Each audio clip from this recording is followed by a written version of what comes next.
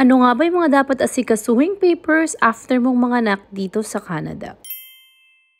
Today, pupunta kami sa may Portage Place Mall kasi dito ang pinakamalapit na branch ng Service Canada. Yung Service Canada, yun yung office na pwede mong sadyain or puntahan if hindi ka maka-go through sa mga applications mo online. Speaking of applications, ano nga ba yung mga kailangan ng newborn mo or baby mo after mo siyang ipanganak dito sa Canada? Based on my experience, pagkapanganak ko kay Kali sa hospital, first day or second day, binigay ng aking nurse yung mga paperwork. Yun yung mga registration form na kailangan mong i-fill up to register your child's birth. Sabi pa nga ng nurse ko noon, wag ka magkakamali sa spelling or kahit na small detail lang ng pagkakamali, iwasan mo. Kapag daw kasi may maling numbers or may maling letters, kahit honest mistake naman siya, kapag papapalit mo na siya, medyo mas tatagal yung proseso at matcha-charge ka na daw that time. Finilap lang namin yung registration form na yon na mga tamang details and binigay rin namin siya sa aming nurse. Sa pagkakatanda ko, after i-fill up ni Dandan yung form na yon, wala naman kami binayaran. So I think the registration form is free of charge. So after mo ma-register yung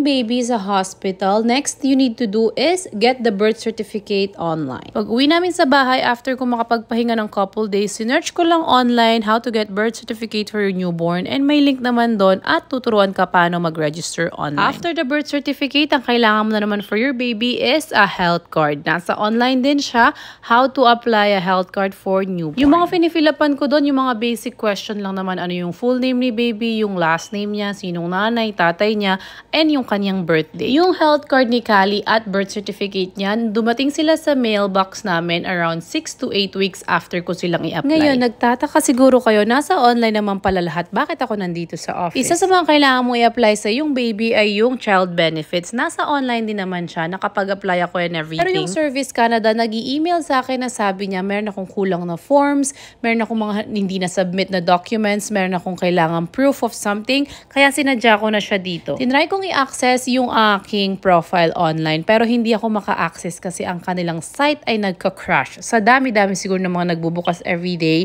medyo maintenance yung site nila. So sinadya na lang namin since malapit lang naman yung office dito. Ang kinaganda ng mga Service Canada office, meron silang sariling computer na pwede kang mag-log in directly. May mga tutulong din naman sa'yo kung ano yung mga requirements na kailangan mo, kung saan ka pipindot and everything. May mga mag-a-assist sa'yo dito sa office. Kung nagtataka kayo bakit ako lang pati si Kali yung nandito at nasaan si Dandan, meron siyang inasikaso dito rin naman sa Service Canada pero nasa ibang booth siya. Inasikaso niya yung kanyang paternity. Hindi rin kasi siya maka-access online. Maintenance din daw yung site tuwing nagla-login siya. So sinadya niya na rin dito. Naayos naman namin yung dapat naming ayusin. So tumingin-tingin lang kami sa mga stalls dito sa mall. Of course, ano pa ang ina-expect mong tignan ng aming ama? Di sapatos. Dalawa lang ang paa niya pero ang kanyang sapatos ay 20. Sana makatulong tong ating vlog sa mga future mommies out there. Yun lang naman yung natatandaan kong ginawa ko after giving birth kay Kali. If may nakakaligtaan man ako, just let me know down below.